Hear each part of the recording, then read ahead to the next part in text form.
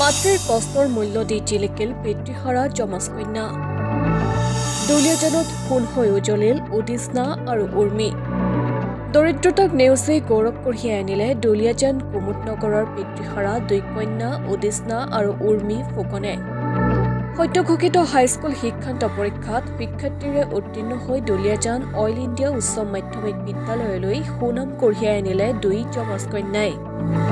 উদিষ্ণা আৰু উৰ্মিৰ 4 বছৰ বয়সতে ঢুকাইছিল তেওঁলোকৰ পিতৃ ঢুকুৱাৰ পাছত আশাকৰ্মী হিচাপে কৰ্মৰত মাতৃয়ে হাঁহ কুকুৰা বিক্ৰী কৰি পঢ়ুৱাইছিল দুই যমজ কন্যাক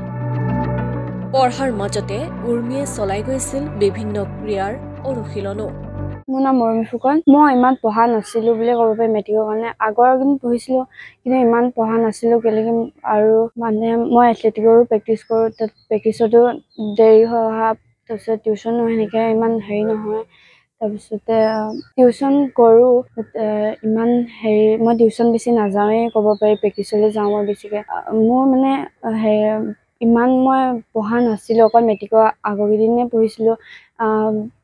সেনেকৈ আৰু ভালেই লাগিছে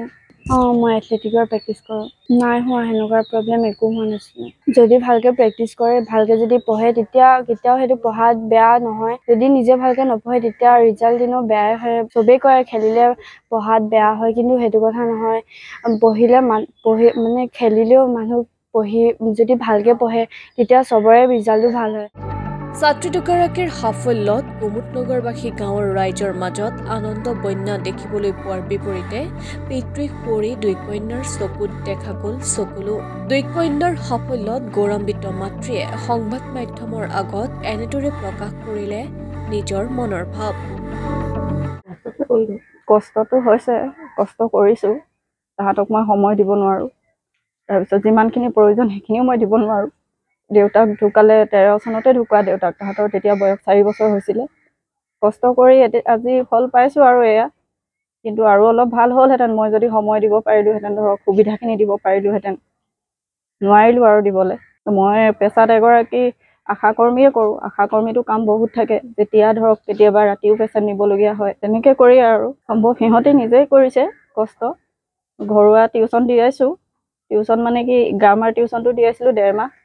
এইভাগে মেথছটো টিউচন লৈছিলে কিন্তু মেথছটো এবাৰ আউট অফ চিলেবাছ আহিলে কাৰণে অকণমান তাহাঁতৰ প্ৰব্লেম হৈছিলে তথাপিও ৰিজাল্ট ভালেই কৰিছে আৰু এগৰাকী যিহেতু খেলো খেলে তাই bureau report my news any